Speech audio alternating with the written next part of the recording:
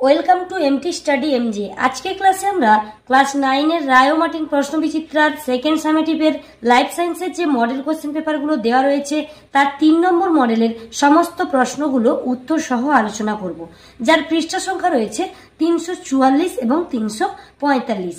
আগের ভিডিওতে লাইফ সায়েন্সের 1 নম্বর এবং 2 নম্বর মডেলের প্রশ্নগুলোর উত্তর আলোচনা করেছি।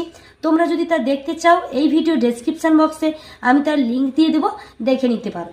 তো মূল বিষয়টি আলোচনার পূর্বে একটি কথা বলবো, চ্যানেলে নতুন হয়ে থাকলে এই ধরনের আরো ভিডিও পেতে চ্যানেলটিকে অবশ্যই সাবস্ক্রাইব করো, আর ভিডিওটি ভালো লাগলে একটি লাইক দিও। তো এখন আমরা মূল বিষয়টি আলোচনা করব। 3 নম্বর স্কুল রয়েছে বারাসাত এমজিএম হাই স্কুল।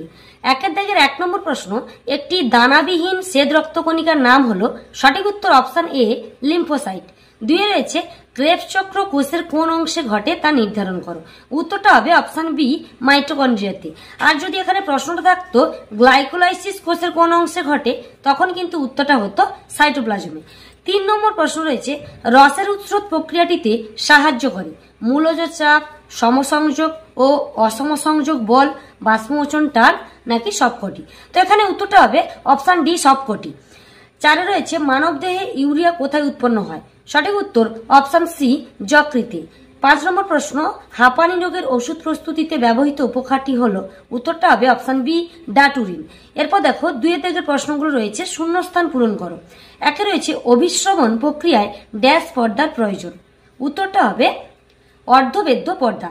2 রয়েছে সালোক সংশ্লেষের অন্ধকার দশা ড্যাশ উৎসেচক দ্বারা পরিচালিত হয়। এই প্রশ্নের উত্তরটা হবে RUBISCO উৎসেচক, যার পুরো নাম রাইবিউলোজ বিসফসফেট কার্বক্সিলেজ অক্সিলেজ। 3 রয়েছে হৃৎপিণ্ডের ড্যাশ অংশে মহাশিরা যুক্ত থাকে। উত্তরটা হবে ডান অলিন্দে। 4 রয়েছে খাদ্যে আয়োডিনের অভাব ঘটলে ড্যাশ রোগ হয়। এর প্রশ্নের উত্তরটা হবে গলগণ্ড বা গয়টার রোগ হয়। এরপর রয়েছে সত্য মিথ্যা নিরূপণ করো। 5 দাগের প্রশ্ন রয়েছে মানব হৃৎপিণ্ডের বাম নিলয়ের সঙ্গে মহাধমনী যুক্ত থাকে। এই বাক্যটি সত্য। 6 রয়েছে চ্যাপ্টা কৃমির রেচনাঙ্গ হলো নেফ্রিডিয়া। এই বাক্যটি মিথ্যা, কারণ নেফ্রিডিয়া হলো কেঁচোর রেচনাঙ্গ। 7 রয়েছে রক্ততঞ্চনে সাহায্য করে থ্রম্বোপ্লাস্টিন নামক প্রোটিন। এই বাক্যটি সত্য। 8 নম্বর প্রশ্ন, অস্থিসন্ধিতে অস্থির ঘর্ষণজনিত ক্ষয় থেকে রক্ষা করে সেরিব্রোস্পাইনাল ফ্লুইড। এই বাক্যটি মিথ্যা, কারণ অস্থিসন্ধিতে থাকে সাইনোভিয়াল তরল আর সেরিব্রোস্পাইনাল ফ্লুইড থাকে মস্তিষ্কের গহ্বরে। এরপর রয়েছে বাম স্তম্ভের সঙ্গে ডান স্তম্ভের মিলন স্থাপন। বাম স্তম্ভে রয়েছে মাইটোকন্ড্রিয়া, এর সঙ্গে মিল রয়েছে ডান স্তম্ভের অপশন বি ক্রেবস চক্র। 10 নম্বর রয়েছে নেফ্রন, এর সঙ্গে মিল রয়েছে ডান স্তম্ভের অপশন এ বৃক্কের গঠনগত একক। 11তে রয়েছে গ্রানা, এর সঙ্গে মিল রয়েছে ডান স্তম্ভের অপশন ডি আলোক দশা। এরপর 12তে রয়েছে প্রশ্বাস প্রক্রিয়ায় সাহায্যকারী একটি পেশির নাম লেখো।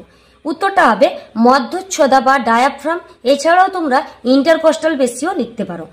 13তে রয়েছে একটি প্রোটিন পরিপাককারী উৎসেচকের নাম লেখো যা অগ্নাশয় রসে থাকে। উত্তরটা হবে ট্রিপসিন, কাইমোট্রিপসিন, যে কোনো একটা তোমরা লিখবে। 3 দাগের যে প্রশ্নগুলো রয়েছে দেখো, 1 নম্বর রয়েছে ক্রেবস চক্রকে টিসিএ চক্র বলে কেন। উত্তরটা তোমরা এইখান থেকে এই পর্যন্ত লিখবে। ক্রেবস চক্রের বিক্রিয়ায় প্রথম উৎপাদিত যৌগ সাইট্রিক অ্যাসিড। এই যৌগে 3টি কার্বক্সিল মূলক থাকে, এর জন্য ক্রেবস চক্রকে ট্রাই কার্বক্সিলিক অ্যাসিড চক্র বা TCA চক্র বলে। 2 নম্বর প্রশ্ন রয়েছে ব্যাপন ও অভিশ্রবণের 2টি পার্থক্য লেখো। উত্তরটা হবে, দেখো ব্যাপন এবং অভিশ্রবণের 4টে পার্থক্য রয়েছে। 1 নম্বর রয়েছে পরিবহন, দ্রাব তার বেশি ঘনত্ব থেকে কম ঘনত্বের দিকে পরিবাহিত হয় ব্যাপনের ক্ষেত্রে, আর অভিশ্রবণের ক্ষেত্রে দ্রাবক তার বেশি ঘনত্ব থেকে কম ঘনত্বের দিকে পরিবাহিত হয়।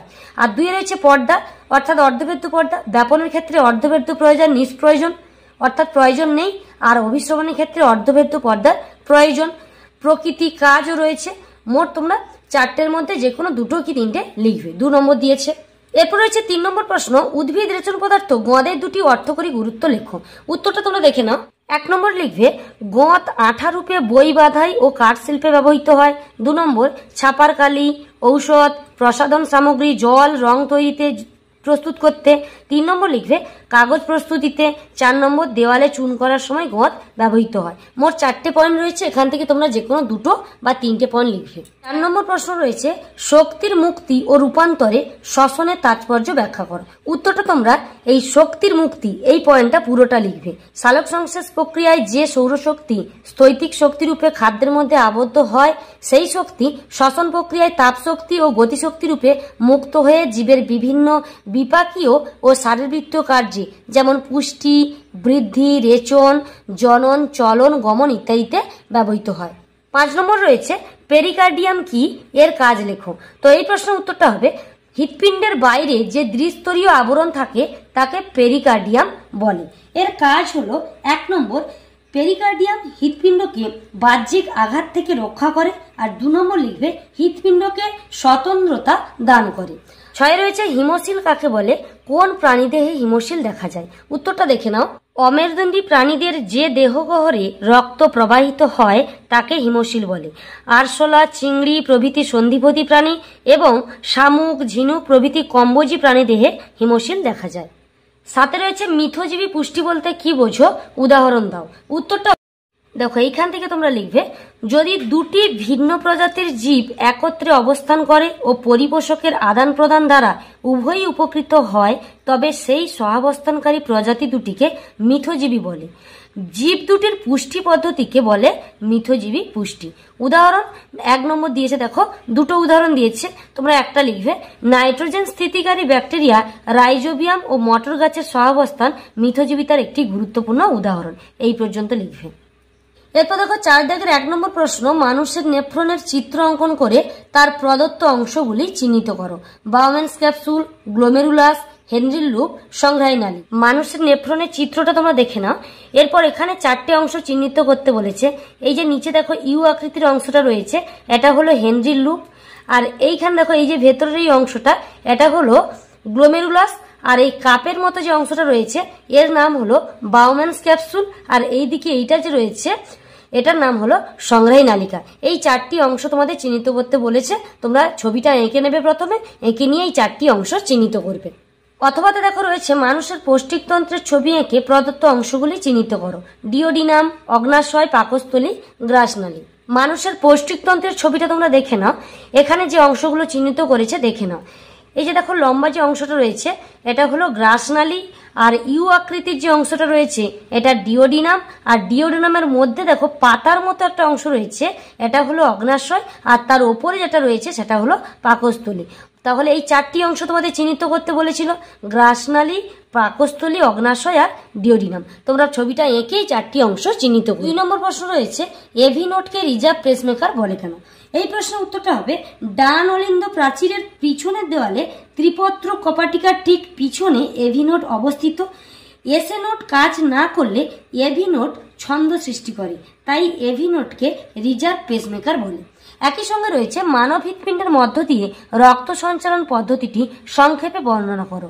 এই প্রশ্নের উত্তরটা রয়েছে রায় মার্টিন সহায়িকা বইয়ের 321 নম্বর পৃষ্ঠার 13 দাগের প্রশ্নের উত্তরটায় রয়েছে।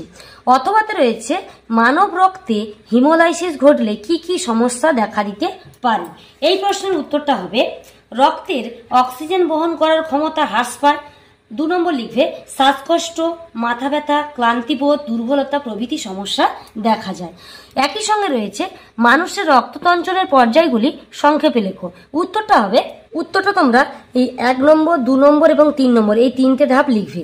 এইখান থেকে এই পর্যন্ত লিখবে। 3 দাগের প্রশ্নটা রয়েছে ফটোলাইসিস কি। উত্তরটা হবে সূর্যালোকের উপস্থিতিতে সক্রিয় ক্লোরোফিল দ্বারা জল অণুর হাইড্রোজেন আয়ন এবং হাইড্রোক্সিল আয়নে বিশিষ্ট হওয়াকে ফটোলাইসিস বলে। এরপর তোমরা নিচে বিক্রিয়া দেবে H2O সূর্যালোক বাই ক্লোরোফিল H++ OH- দিয়ে দেবে। একই সঙ্গে রয়েছে সালোক সংশ্লেষে কার্বন ডাই অক্সাইড ও সূর্যালোকের ভূমিকা লেখো। উত্তরটা রয়েছে সালোক সংশ্লেষে কার্বন ডাই অক্সাইডের ভূমিকা। 1 নম্বর লিখবে কার্বন ডাই অক্সাইড সালোক সংশ্লেষের একটি প্রধান কাঁচামাল হিসেবে কাজ করে। আর 2 নম্বর লিখবে সালোক সংশ্লেষে উৎপন্ন গ্লুকোজের কার্বন ও অক্সিজেন পরিবেশের CO2 থেকে গৃহীত হয় এবং অঙ্গারাত্মীকরণ ঘটায়। সুতরাং CO2 ব্যতি রেখে সালোক সংশ্লেষ সম্ভব নয়। সালোক সংশ্লেষে সূর্যালোকের ভূমিকায় লিখে 1 নম্বর লিখবে ক্লোরোফিল কণাকে সক্রিয় করা এবং সালোক সংশ্লেষ প্রক্রিয়ায় প্রয়োজনীয় শক্তি প্রদান করা। আর 2 নম্বর পয়েন্টে লিখবে সৌরশক্তি রাসায়নিক শক্তিতে রূপান্তরিত হয়ে এটিপি অণুর মধ্যে আবদ্ধ হয়। অনুপাতে রয়েছে সালোক সংশ্লেষের অন্ধকার দশাটি শব্দচিত্রের সাহায্যে উপস্থাপিত করো। শব্দচিত্র বা রেখাচিত্র কথাটা উল্লেখ থাকলে তোমরা কি করবে, একটা করে ধাপ লিখবে, তাকে বক্সের মধ্যে রাখবে, তারপর তীর চিহ্ন দিয়ে পরের ধাপটা লিখবে, তাকেও বক্সের মধ্যে রাখবে, এইভাবে লিখবে। সালোক সংশ্লেষের অন্ধকার দশাটি শব্দচিত্রের সাহায্যে উপস্থাপিত করলে হয় CO2 এর স্থিতিকরণ ও পিজিএ গঠন। 1 নম্বর ধাপ, এটাকে লিখে তোমরা বক্স করে দেবে। তীর চিহ্ন দিয়ে 2 নম্বর ধাপ লিখবে পিজিএ এর বিজারণ।